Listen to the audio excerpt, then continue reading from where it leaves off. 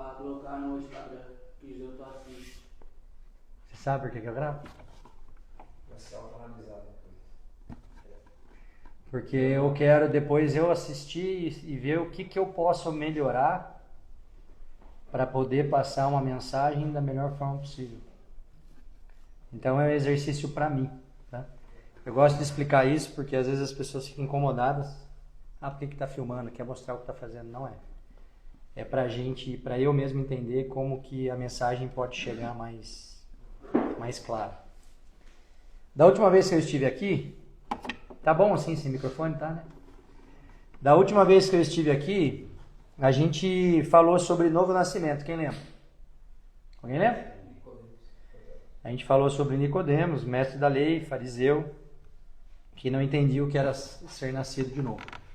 E a gente terminou lendo Romanos 6, do versículo 4 a 7. Eu vou ler ele de novo, que vai dar o gancho para a sequência. Romanos 6, versículo de 4 a 7. Alguém está com a Bíblia aí?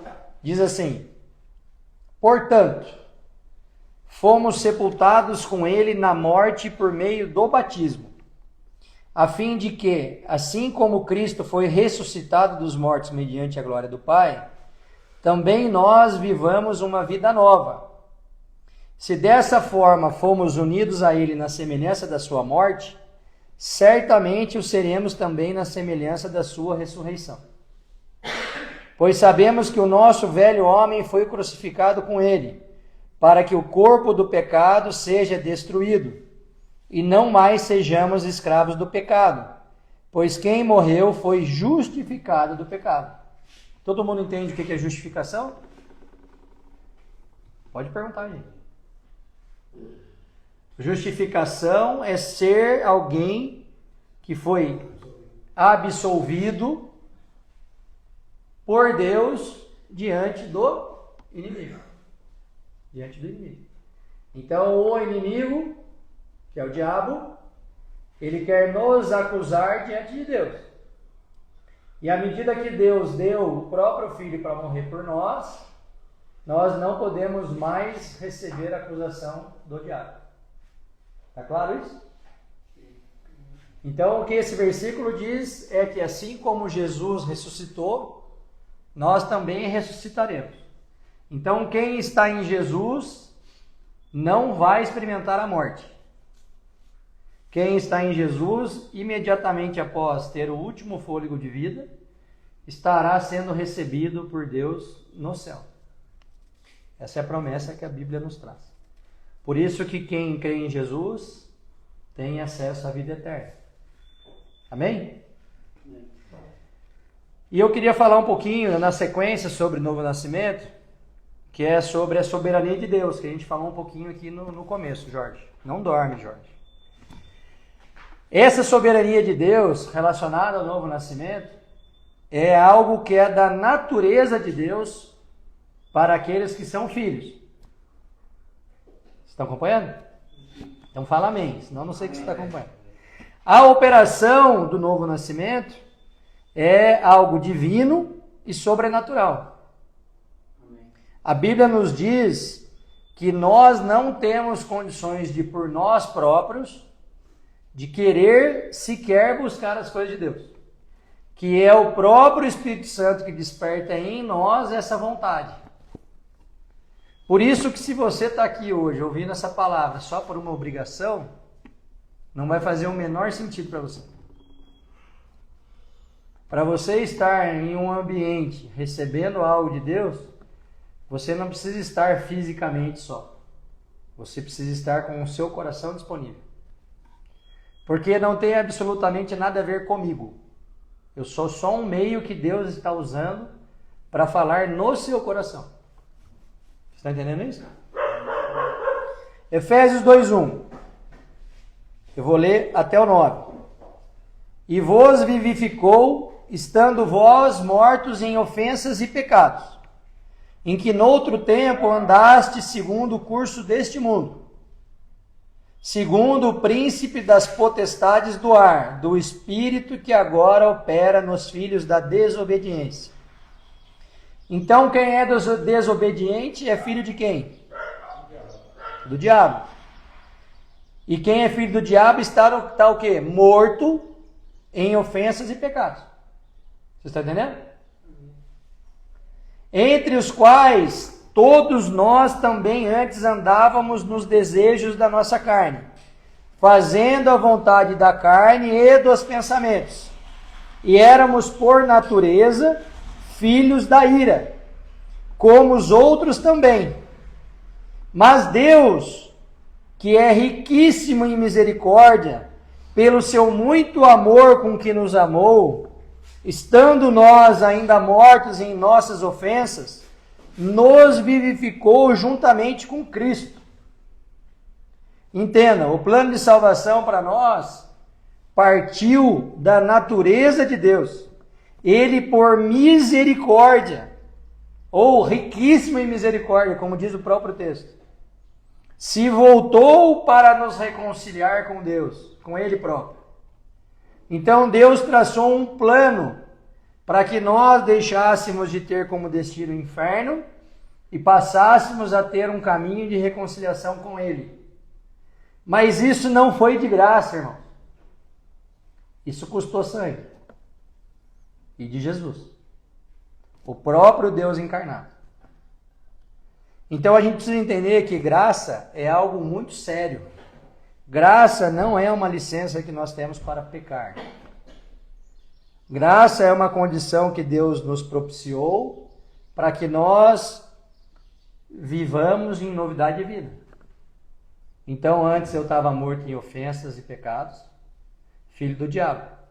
E a partir da salvação, favor imerecido de Deus, eu tenho acesso à vida eterna. Isso é muito sério. E se a gente entender só isso, já está bom. Porque se você entender isso no seu coração, você vai deixar de lado qualquer tipo de paixão que você pode ter. Porque você vai entender o tamanho dessa obra de Deus na sua vida. E isso tem um peso. Eu não sei, dá para sentir aqui, ó. Tem uma atmosfera de temor no semblante de vocês. Porque isso realmente é muito sério. E aí ele continua no versículo 6. E nos ressuscitou juntamente com ele e nos fez assentar nos lugares celestiais em Cristo Jesus. Para mostrar nos séculos vindouros as abundantes riquezas da sua graça, pela sua benignidade para conosco em Cristo Jesus. Porque pela graça sois salvos por meio da fé. E isto não vem de vós, é dom de Deus. Então, para eu ser salvo, esse plano de Deus, de redenção de toda a humanidade, eu preciso do quê, irmãos? O que eu preciso? Fé. E como eu posso dizer que eu tenho fé em Jesus se eu continuo em desobediência? Vocês entendem que isso é uma contradição? Se eu digo que eu tenho fé em Deus, naturalmente eu vou obedecê-lo.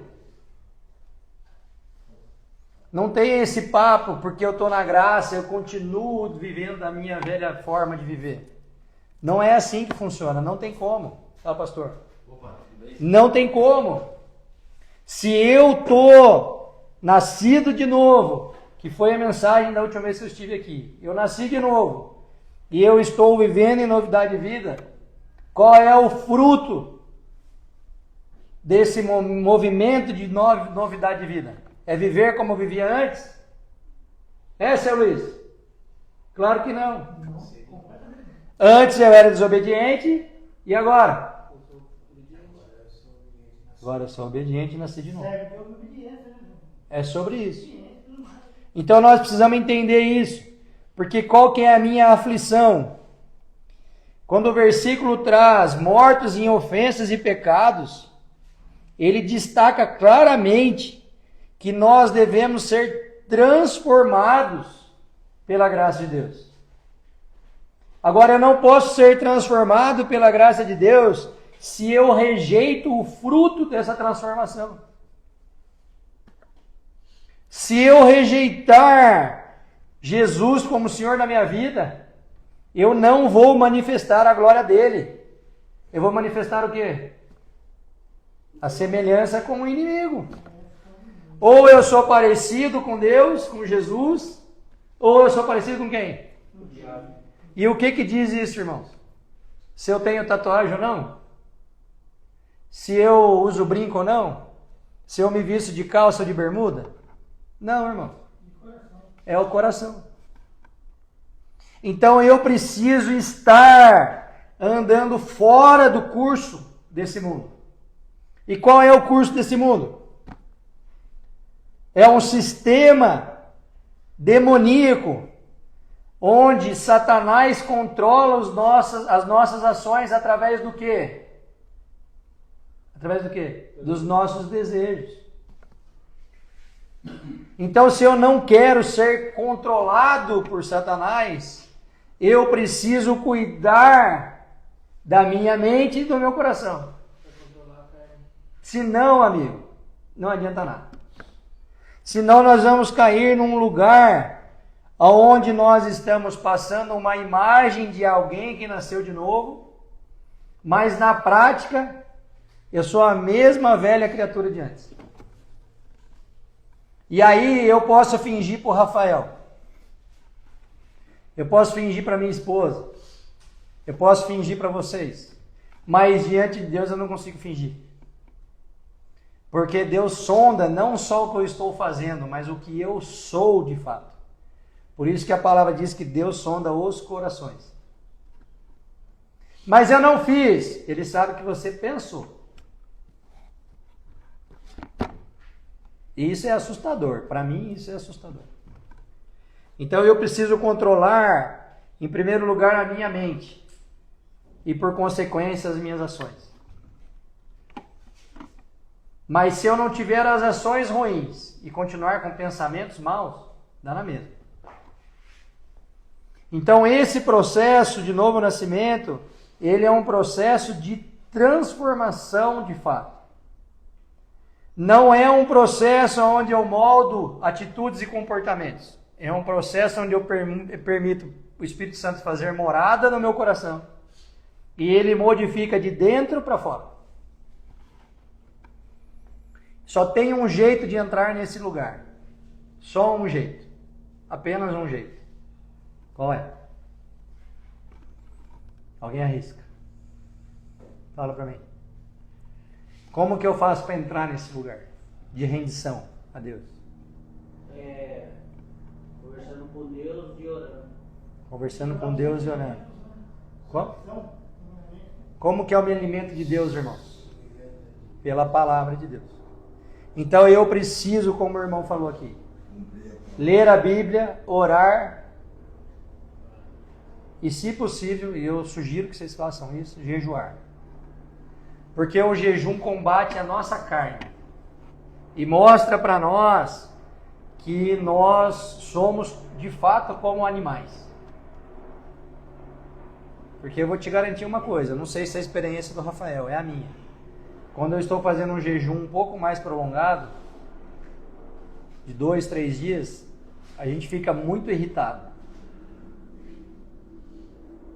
Porque a gente é tão carnal por natureza, que a gente de fato não aceita ficar sem se alimentar.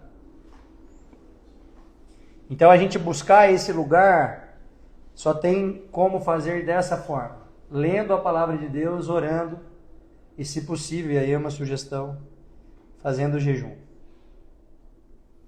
E aí ele tem a sequência. Vocês lembram? Olha, antes eu era morto em ofensas e pecados, vivia segundo o curso deste mundo, eu era alguém que refletia as obras do diabo, eu cedia aos desejos da minha carne e me tornava filho da ira.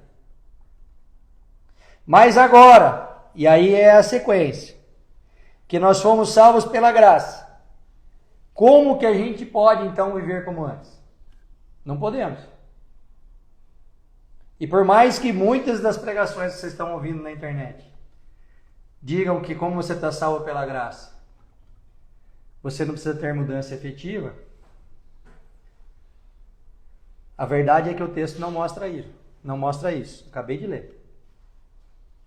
E aí ele continua em Romanos 3:21. Presta atenção que eu vou ler bastante aqui.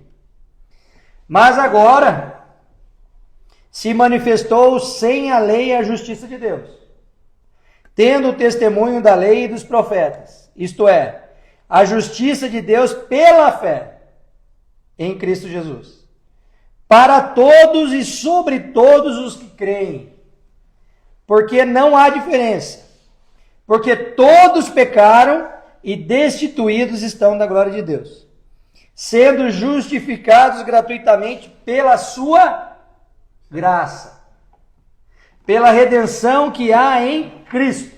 Somos salvos em Cristo. Fora de Cristo estamos condenados. E eu não posso dizer que eu estou em Cristo manifestando as obras do diabo. Então eu sempre falo, não é o pecado que te põe ou te tira do inferno, mas é o seu posicionamento. É o seu posicionamento em relação ao pecado. Porque pecadores todos somos. Ah, mas eu não matei ninguém, mas pensou em matar. A questão é, como que você se posicionou diante de Deus depois que você descobriu a verdade do Evangelho? Você continua dando de ombros e fingindo que você está buscando mudança? Ou você foge do pecado de forma intencional? Será que eu posso, irmãos, ir nos mesmos lugares que eu ia antes? Será que eu posso ter as mesmas amizades que eu tinha antes de conhecer Jesus? Posso? Será que eu posso sentar nas mesmas rodas? Será que eu posso ter as mesmas atitudes? Não tem jeito, Jorge. Se eu andasse, Temer, andasse com a mesma galera que eu andava antes de conhecer Jesus, eu já tinha caído várias vezes. Mas aí eu, com o coração rendido aos pés da cruz, o que eu faço? De forma intencional, eu fujo desse lugar, Luiz. Eu já sei que aquele cara vai me trazer uma oferta de algo que desagrada a Deus. E eu não quero perder esse lugar que eu encontrei como filho. O que eu faço? O cara vem aqui e eu vou para lá. Você está entendendo o que é isso? Nós fomos justificados pelo sangue de Cristo. Apenas pelo sangue. Romanos 3:25. Ao qual deles propôs para propiciação pela fé no seu sangue, para demonstrar a sua justiça pela remissão dos pecados antes cometidos, sob a paciência de Deus, para a demonstração da sua fé neste tempo presente, para que ele seja justo e justificador daquele que tem fé em Jesus. Deus nos absolveu, nos tirou do banco dos réus e nos adotou como filhos. E por filiação a Jesus, nós temos acesso à salvação. E se eu sou o filho de Jesus, Luiz, eu tenho que refletir as obras do meu Pai. E eu não posso refletir as obras do diabo. Porque se eu reflito as obras do diabo, eu não sou filho de Deus. Simples assim. Isso é um fato. Eu não concordo. Romanos 4:7. Bem-aventurados aqueles cujas maldades são perdoadas e cujos pecados são cobertos.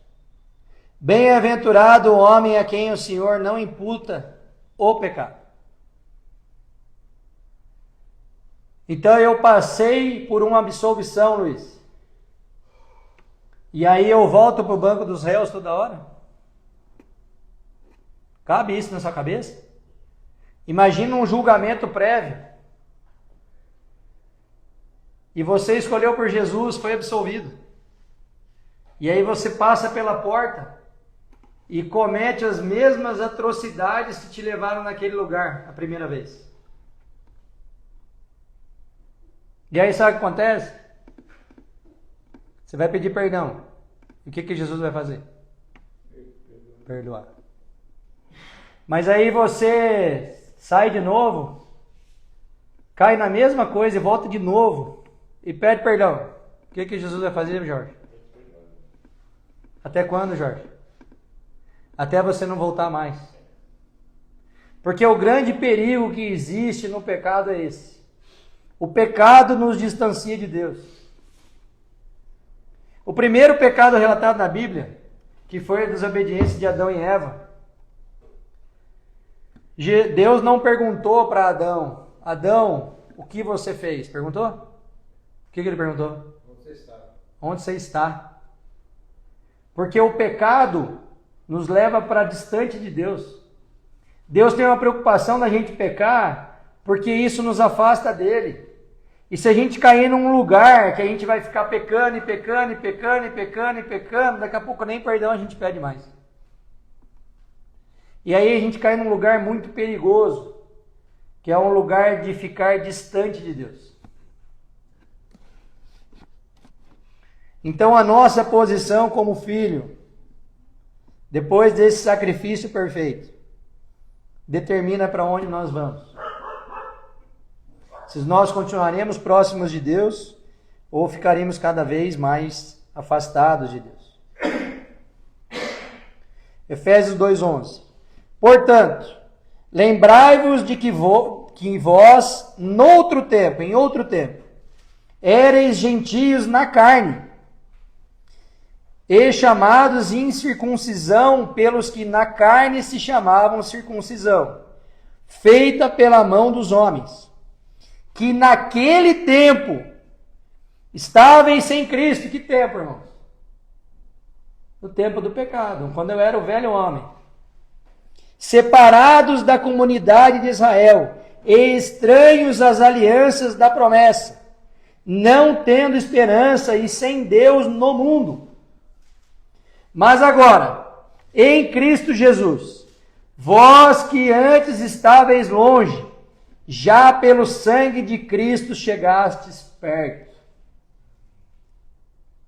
Jesus foi morto na cruz para que você tivesse um lugar próximo de Deus.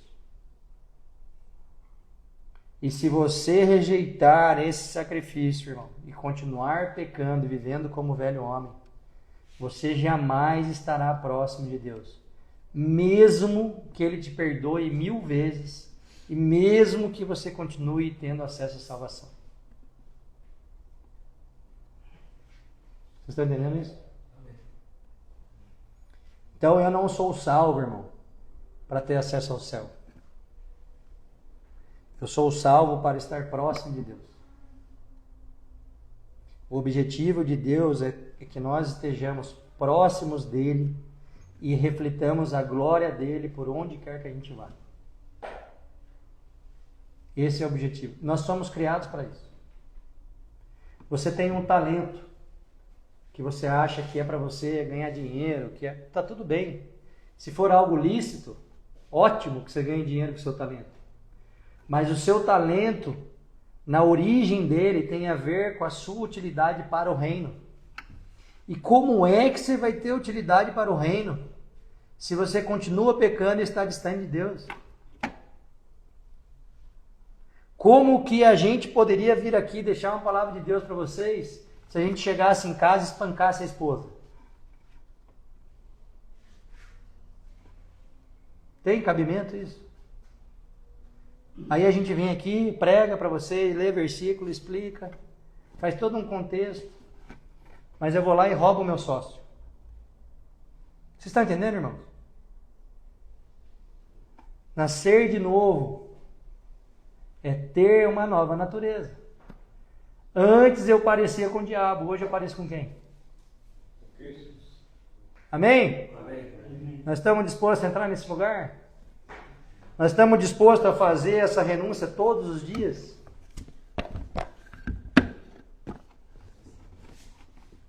É fácil? Claro que não é. Vou dar uma pergunta, senhor. Fácil. E sobre essa balança, como que será essa parte sim. Eu sei que tem na Bíblia dizendo sobre a balança, mas no dia do julgamento, como que será? Você está falando no galardão? A parte do julgamento. Existe a balança. O julgamento é céu e inferno. Altos e baixos, né? A balança.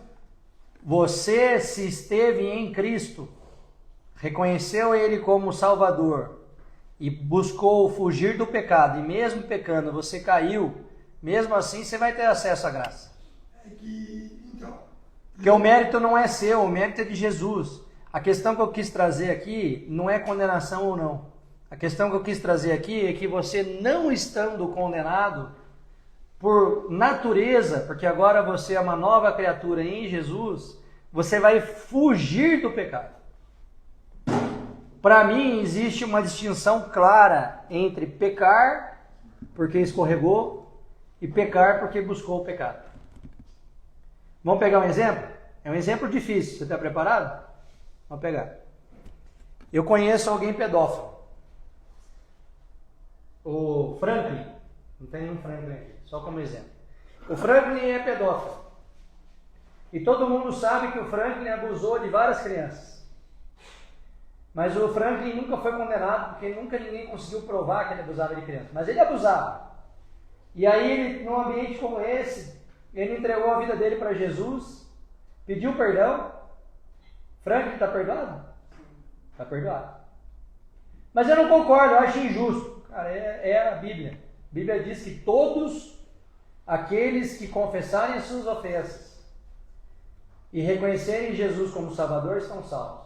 Não importa o problema que eles causaram. Só que aí o Franklin chegou na frente lá no final do culto, ergueu a mão, chorou, caiu de joelho. Foi perdoado. Mas chegou no outro dia, o Franklin abusou de 5 crianças na segunda-feira. Persistiu. E aí o Franklin voltou lá no outro domingo e pediu perdão de novo. Só que na segunda-feira seguinte ele foi lá e abusou de crianças de novo. Diante de Deus, o Franklin está salvo ou está condenado? Eu vou responder para você. Franklin nunca teve fé em Jesus. Porque se Franklin realmente tivesse tido fé em Jesus, ele nunca mais ia abusar de criança. E não porque ele deixou de ter esse desejo. É porque nem perto de criança ele ia chegar mais. É exatamente isso que eu estou querendo passar para vocês. Se eu tenho uma fraqueza e eu estou em Jesus, eu não vou me colocar em situação que me faça voltar a pecar naquela mesma situação. Eu fujo do pecado.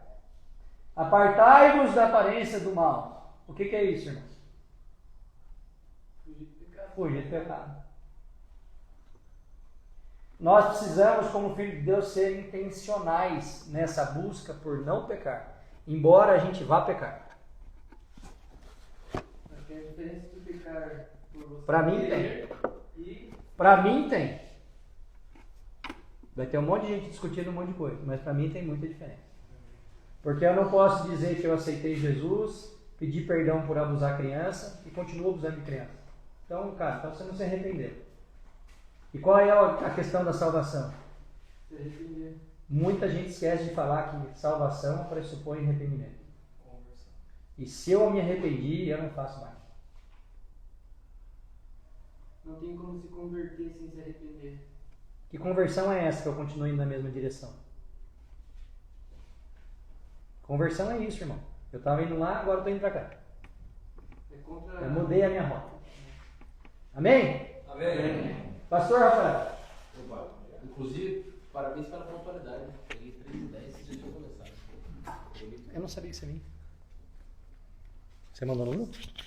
Mandei. Não? Mandei.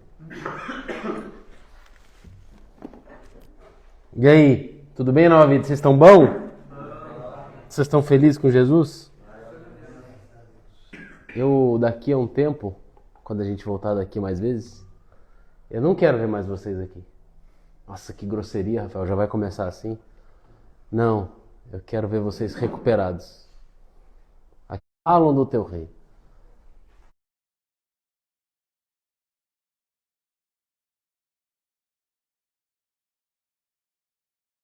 para o quarto pro casal, não é assim?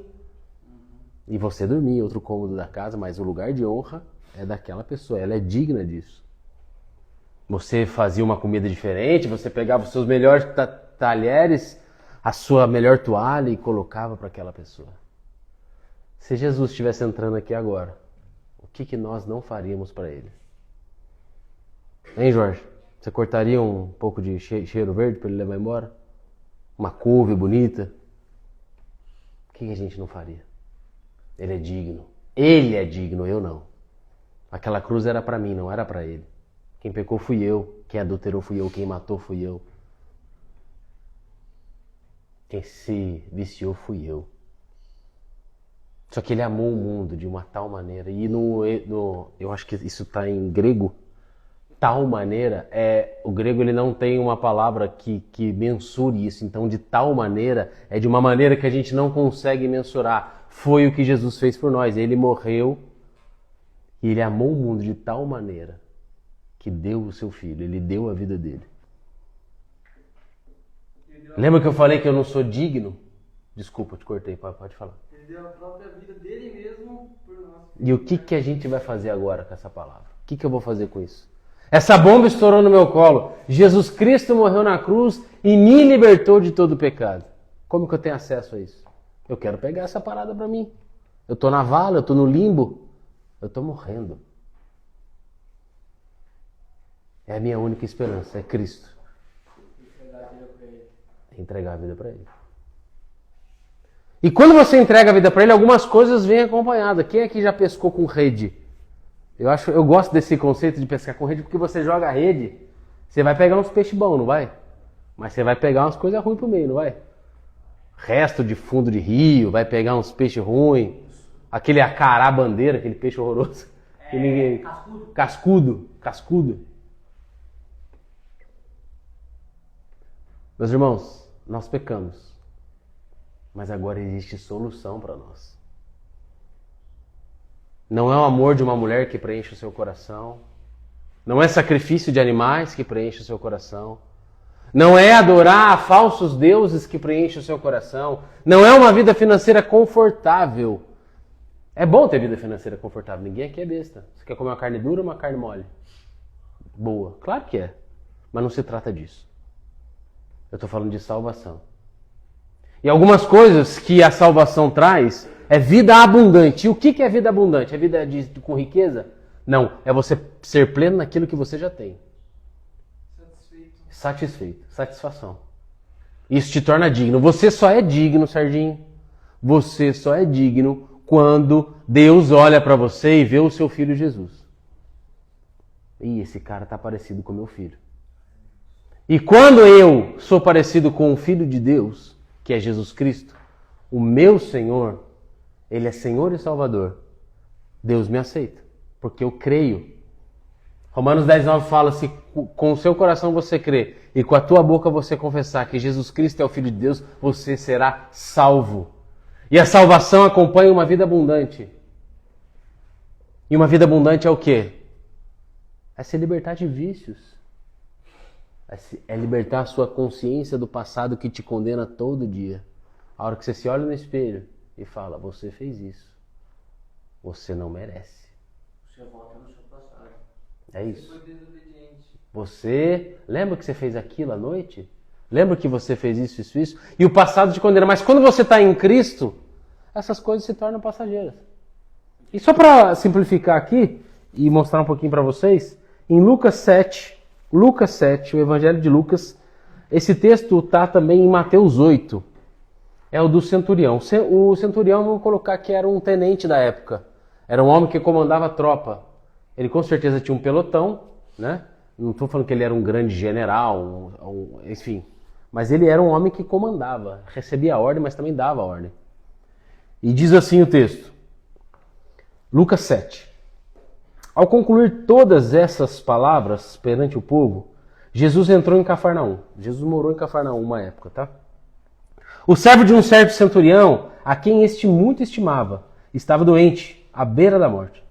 Quando o centurião ouviu falar a respeito de Jesus, enviou-lhe uns líderes religiosos dos judeus pedindo para que viesse curar o seu servo. Vamos parar aqui um pouquinho. Centurião era um centurião romano. Ele era romano. Quem dominava Israel naquela época, e Cafarnaum fica em Israel, quem dominava Israel naquela época era Roma, o Império Romano, o famoso Império Romano. Então esses caras eles estavam sendo oprimidos, mas esse centurião parece-me que tinha simpatia, porque ele pediu para que alguns judeus fossem falar com Jesus. É como se o centurião chegasse e falasse assim, vem aqui, cara, eu tô com um servo meu doente lá. E eu ouvi falar desse seu Jesus.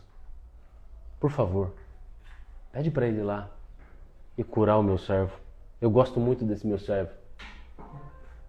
E assim os judeus fizeram. E chegando eles a Jesus, rogaram-lhe muito dizendo, é justo que lhe faça isso, porque ama a nossa nação. E ele mesmo construiu a nossa sinagoga. Então esse centurião, ele amava o povo judeu. Ou pelo menos naquela região. Tanto é que ele ajudou a construir a sinagoga. Então esse centurião tinha simpatia dos caras. E me desculpem, Roma era um império politeísta. Todo mundo entende o conceito de politeísta? Vários deuses. Ou seja, deuses pagãos. Porque não existe outro Deus senão o nosso Deus, o Criador de todas as coisas. O resto é espuma. São todos deuses falsos que morrem. E o inimigo usa para ludibriar, para enganar o povo. Mas trazendo aqui para o texto, então, o 5, porque ele ama a nossa nação e inclusive ele mesmo ajudou a gente a construir a nossa sinagoga. Então Jesus foi com eles. Jesus aceitou o convite. Ao chegar perto da casa, enviou-lhe o centurião uns amigos para lhe dizer, Senhor, não te incomodes, pois eu não sou digno que entres na minha casa. Ou seja, em Mateus, ele vai falar que o próprio centurião dialogou com Jesus. Mas no texto de Lucas, fala que ele enviou alguns servos. Isso é só uma questão de interpretação do texto aqui na transcrição. Isso, inclusive, é motivo para fortificar que essa história é real. E aí, ele fala, olha, eu não sou digno que você entre na minha casa. Eu não sou digno. Eu já me senti como esse centurião. E talvez você se sinta hoje assim. Eu não sou digno que Jesus entre na minha casa. Eu não sou digno que Jesus entre na minha vida. Eu não sou digno de abrir o meu coração. Porque muito foram os meus pecados. Rapaz, é o pior caminho que você pode ir. Poxa, Rafael, mas eu já decepcionei tanta gente, cara. Eu já decepcionei os meus filhos, a minha mãe, minha querida mãe, como eu decepcionei minha mãe. A minha ex-mulher. Os meus filhos eu já não tenho mais contato, eu não sou digno. Talvez você se sinta assim. Talvez na casa desse centurião, como era um povo politeísta, devia ter altares de outros deuses lá. A gente não sabe. Eu acredito que sim. Porque se era um centurião, era um homem de autoridade. Homem de autoridade, provavelmente a vida, a rotina dele era uma rotina muito diferente dos soldados romanos. Ele deveria ter uma moradia, um bom salário. Ele não queria que Jesus entrasse na casa dele e olhasse lá os altares de outros deuses. São conjecturas, tá? Isso não está no texto, mas provavelmente era isso que ele sentia. Como é que eu vou receber o Rei da Glória, sendo que eu tenho aqui altares de outros deuses? Meu irmão, se no teu coração existe outros deuses, se no teu coração ainda existe adoração de outras coisas, eu estou para te dizer, largue isso enquanto é tempo. Arrependa-se enquanto é tempo, porque o Senhor da Glória não divide a glória dele com ninguém. Você se torna digno quando o seu coração está quebrantado. O coração quebrantado é quando a água vem e consegue penetrar na rachadura. Essa água é Jesus, essa água é a vida. Você precisa largar a mão disso. Eu não sou digno que entres na minha casa. Por isso, não me achei digno de ir ter contigo. Ele nem quis falar com Jesus. Só que uma coisa ele já reconheceu aqui que Jesus era o Senhor. Isso é fato. Imagine a cabeça desse centurião. Como é que não estava? Ele estava clamando por um servo que ele amava Ele tinha contato com outros falsos deuses, mas ele reconheceu que Jesus era o Cristo. Talvez você seja esse centurião, eu não sei, eu não conheço a sua vida. Eu estou aqui para te passar a verdade. Eu sou um facilitador aqui. Olha que bonito agora. Por isso, não me achei digno de ter contigo. Dize-me, porém, uma palavra e o meu servo será curado. Pois também eu sou homem de autoridade e tenho soldados sobre o meu comando. E digo a esse que vai e ele vai. Eu digo a outro que vem e ele vem. Ao meu servo digo, faze isto e ele faz. Ouvindo isso, Jesus se maravilhou dele. E voltando-se disse à multidão que o seguia. Digo-vos que nem em Israel eu achei tanta fé. Quando voltaram para casa, foram enviados e acharam o servo curado. Ele reconheceu através da fé dele que Jesus era maior do que todos e tudo. Em poucas palavras. E talvez, meu irmão, é isso que você precisa fazer. Uma palavra de Cristo muda a sua história. Uma palavra. Só que para isso você tem que abrir o teu coração. E eu estou falando de expor a sua vergonha. Eu estou falando que é ter paz e o seu passado não te condenar mais. Rafael, você não sabe o que eu fiz, rapaz. Se eu mexer nessas gavetas vai sair muita bobagem, muita atrocidade. Ei, você acha que Jesus faz as coisas pela metade? Você acha que Jesus faz as coisas pela metade? Ele faz por completo. Uma vez que ele entra na sua vida, ele limpa a sua vida por completo. E eu não admito, na minha vida, ter coisas que eu ainda não curei. Ah, Rafael, mas é difícil, eu sei. O evangelho vai te custar tudo, não vai te custar metade. Você não pode chegar para Jesus e falar, ô Jesus, cuida só dessa parada aqui, porque essa aqui é não. Essa aqui ainda é saborosa. Ou essa aqui é tão amarga que eu não quero nem mexer. Jesus vai fazer tudo. O sacrifício dele não foi por completo. Ele não morreu na cruz para salvar meia humanidade. Ele morreu na cruz para salvar todos nós. E custou sangue. Vocês não foram comprados por prata nem por ouro. Por diamante. Ou por um bom terreno. Não! Custou sangue de Jesus, sangue santo, cara. Cara, isso é muito pesado. Se a gente tivesse essa consciência, a gente estaria aqui desesperado, cara.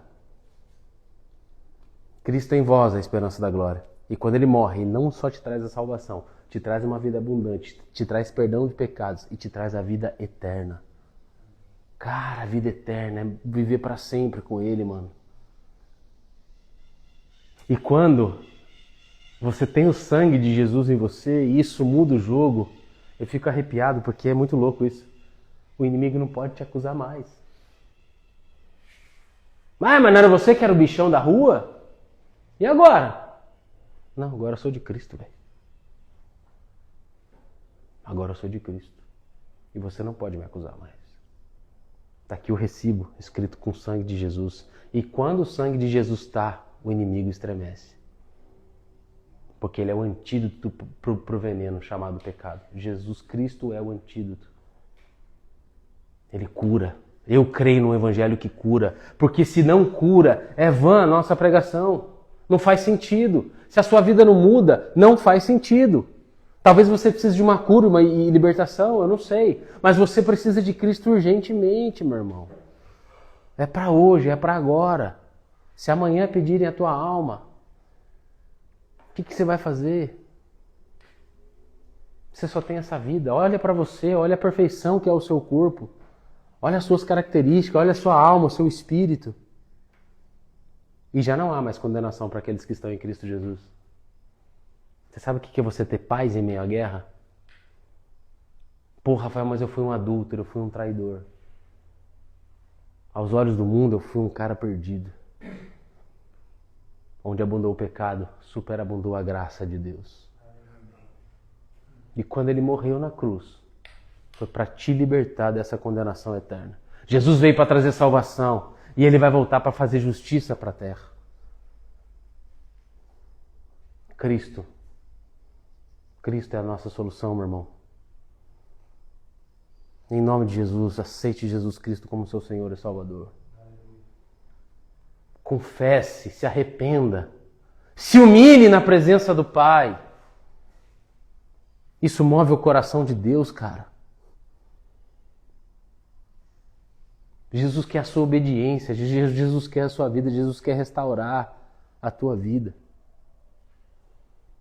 Cara, é muito pesado o que eu tô falando aqui para vocês, cara. É muito pesado. É o futuro de vocês. Só é verdadeiramente livre. E eu vou repetir isso todas as vezes que eu estiver aqui. Só é verdadeiramente livre quem consegue dizer não. Antigamente eu não podia ver uma prostituta na rua que eu ia ter que me deitar com ela. Isso não me compete mais, porque agora eu sou de Cristo. O que eu carrego é muito maior do que o meu desejo. Vocês têm noção que vocês são veículos do Senhor, veículos de Cristo?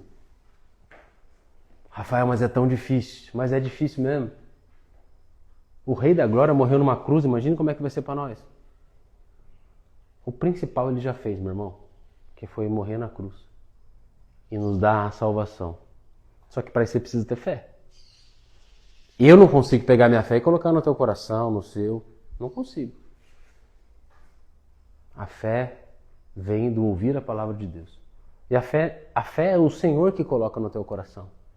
Só que se você ainda está com o seu coração preenchido de você mesmo, das coisas do mundo, de falsos deuses, de entidades malignas que continuam morando no teu coração, não vai virar. Você precisa largar. Você precisa se esvaziar. Pega o perfume mais belo, mais cheiroso, mais nobre, o mais caro dos perfumes. Aquele que você cheira e você fala, caramba, que coisa é essa, velho? Que loucura! Que especiaria é essa? Só que daí você vai colocar num frasco que está sujo. Ou está com perfume vagabundo. Ou está com sujeira. Ou está com... Enfim, vamos parar por aqui que não preciso dar mais exemplo. Vai ter que esterilizar esse frasco para colocar o perfume nobre. Não tem jeito. E é assim o nosso coração. É necessário limpar o nosso coração. E eu sei que tem um monte de coisa no coração de vocês aí. Monte. Lembranças do passado. Eu não sei o que fizeram com vocês quando vocês eram crianças. Eu não sei que ambiente que vocês foram criados. Mas uma coisa eu sei. Se vocês deixarem o Senhor invadir o coração de vocês, vai estar tudo lá na cruz. E você, de uma vez por todas, vai se libertar dessa maldição.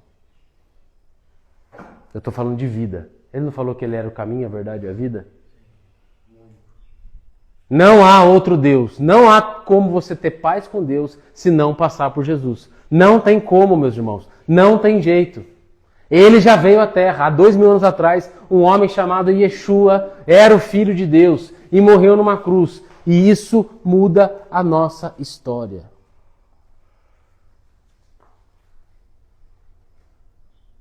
Eu não acredito na restauração do homem sem a ação do Espírito Santo.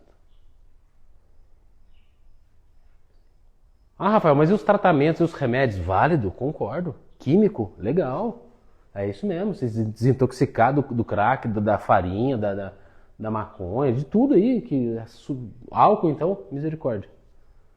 Eu acredito sim, que existem tratamentos fisiológicos e remédio, médico e terapia, vamos fazer.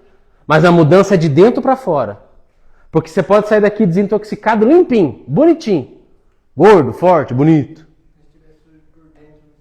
Não adianta, velho. Você tá com o frasco sujo, limpou por fora. O que está dentro de você ainda é impuro. Ah, Rafael, é muito bonito isso que você está falando, mas não muda a minha história. Então, entrega o teu coração a Cristo. Senhor, se aquilo que esse cara está falando é verdade, mostra para mim, Pai. Meus irmãos, não é tempo mais da gente perder tempo. Não temos tempo mais de perder tempo. Nós precisamos nos voltar a Cristo. E eu garanto para você, como o ar que eu estou respirando agora, se você deixar Cristo entrar no teu coração, a sua vida será transformada. E talvez você já começou, mas você abriu só uma frestinha assim, ó, só um quarto escuro. Quando o corredor está aceso, você abre um pouquinho a porta, o que acontece? Tem gente que não consegue nem dormir com a luzinha do rádio relógio, né? Já incomoda. Jesus é luz em meio às trevas. Quando você abre um pouquinho a porta, assim já começa a entrar a luz. Já começa a entrar a luz. E as imperfeições vão aparecendo. E a bagunça vai sendo organizada. E aquela prateleira, olha, deixa a verdadeira luz entrar, mano. Nós não temos mais tempo pra nada, velho. Ele quer restaurar a sua vida, mano. Ele quer comunhão com seus filhos de volta. Ele quer que o senhor veja os seus netos crescer, seu Luiz. A cachaça não pode te dominar, cara. Jesus Cristo já morreu numa cruz para te salvar. Isso muda a história do homem. Qual é a nossa esperança se não for Cristo, senhores? Cristo em vós, a esperança da glória. É Cristo em vós. Ele morreu para te dar esperança, salvação, vida abundante, restauração. E vem junto o perdão. Lembra da rede? Vem peixe até que você nem imaginava que você ia pescar. Vem junto. Restaurar, voltar a falar com o teu irmão, com a tua irmã, com o teu cunhado, com a tua avó, com o teu avô, com o teu pai. Perdoar o teu pai. Muitos aqui têm problema de paternidade, maternidade. Muitos aqueles que você mais esperava amor, foi mais que judiou de você. Jesus não está alheio aos seus problemas. Posso te falar? A salvação é individual. Jesus é individual para você. Ele é onipresente, onipotente, onisciente. Ele sabe de tudo. E a hora que você entrega a sua vida para Ele, você olha e fala, cara, Ele sabe muito mais da minha vida do que eu imaginava. É. Ô filho, você lembra daquele quarto escuro quando você tinha 5 anos? Eu estava lá. E eu morri para isso. Lembra daquela palavra que te amaldiçoou e que te prende até hoje? Eu estou aqui para te trazer liberdade.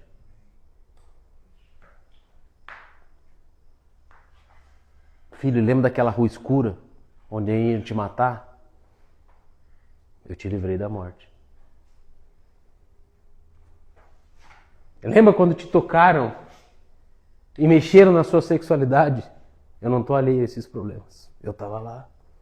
E eu vim para te curar. Ah, mano, a gente carrega tanta coisa, velho. E o fardo de Jesus é leve. A sua mochila tá cheia de coisa que você não precisa carregar, velho. Jesus já morreu, ele já pagou. O inimigo não pode te acusar mais, mano. Ele não pode te acusar mais. E ele fica louco, sabia? Porque agora a verdade chegou até você. Como assim? Como assim? Ele aceitou. Em certo momento, quando Jesus aparece e ele manda os demônios para os porcos, ele fala, os demônios se prostram diante dele e ele nem fala nada. Os demônios já vêm, já se prostram e falam assim, por que vieste antes do tempo, o bendito de Deus? Os demônios se prostram diante de Jesus. E você é filho desse Jesus. Você é herdeiro junto com Ele. Mano, Jesus veio para te trazer vida. Ele é o caminho, a verdade e a vida. Onde a morte, agora a vida. Num jardim seco, agora a vida.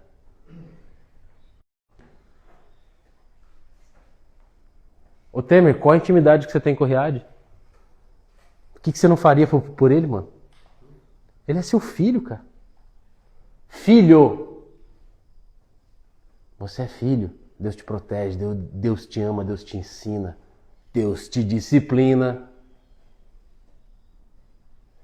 Nós não temos mais tempo para perder tempo. Eu queria que você ficasse de pé, eu queria orar por você. Você quer encerrar? Você quer encerrar? Meus irmãos, sexta-feira à tarde. Amanhã talvez eu esteja aqui por conta da confraternização. Mas domingo eu não vou estar, o Temer não vai estar. Segunda-feira vem e a vida continua. Não tenha encontros com Cristo, tenha um relacionamento com Ele. Ele é seu amigo. Com ele você pode falar tudo. Deixa eu te falar, o seu problema não é dinheiro. É aqui dentro, ó. Pois bem, em menos de 60 dias, ele conseguiu gastar 500 mil reais com prostitutas e droga. Eu vi o extrato dele. Eu peguei o extrato dele assim, joguei no peito dele e falei assim, cara, o seu problema não era dinheiro. Porque você teve e você gastou tudo. O seu problema é aqui, é aqui. Renovação da vossa mente, como Paulo fala. Renovação da vossa mente. Que em nome de Jesus nós tenhamos esse coração voltado. Porque aquilo que ele vai fazer em você é maior do que o que você vai fazer. O que ele vai fazer através de você. O que ele vai fazer em você é maior do que ele vai fazer através de você. E uma terra sarada, o que acontece? Ela dá fruto. Aí hoje você está aqui em tratamento, mas amanhã você vai estar ajudando o outro irmãozinho que tem uma história parecida com a sua. Tem filhos, tem problema com vício. Vamos orar por isso? Eu queria que você colocasse a mão no teu coração.